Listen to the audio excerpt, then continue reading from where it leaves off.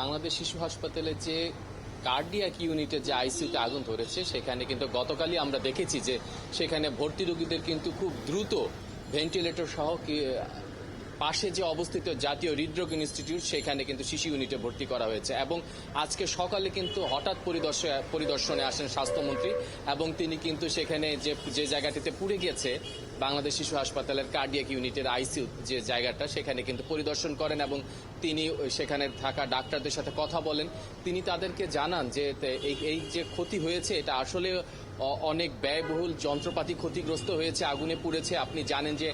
ICU ইউনিটে monitor, bed সহ অন্যান্য যে যন্ত্রপাতি থাকে, ভেন্টিলেটর সহ অন্যান্য তার এবং অন্যান্য যে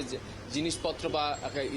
স্বাস্থ্য যে যন্ত্রপাতিগুলো থাকে এগুলো কিন্তু অনেক দামি এবং ব্যয়বহুল। এগুলো পুষিয়ে নিতে কিন্তু স্বাস্থ্য মন্ত্রণালয় কিন্তু আশ্বাস দিয়েছে বাংলাদেশ শিশু হাসপাতালকে। বাংলাদেশ শিশু হাসপাতালের পক্ষ থেকেও কিন্তু এমন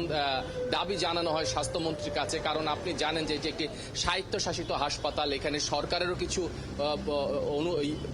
সহযোগিতা থাকে প্রতি বছর এবং এই হাসপাতালে নিজস্ব বাজেট থেকে এই হাসপাতাল পরিচালনা হয়। তাই স্বাস্থ্যমন্ত্রী এই ক্ষতি পুষিয়ে নেয়ার বা ক্ষতি যে সব যন্ত্রপাতি নষ্ট হয়েছে তিনি দ্রুত সেগুলো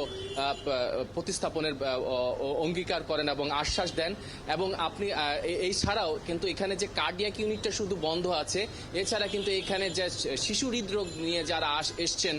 জরুরি বিভাগে, বহির্বিভাগে অথবা ডাক্তার দেখাতে এসছেন বা অন্যান্য যে বিভাগগুলো আছে সেগুলো কিন্তু শিশুদের সকল অন্যান্য সেবাগুলো কিন্তু চালু আছে।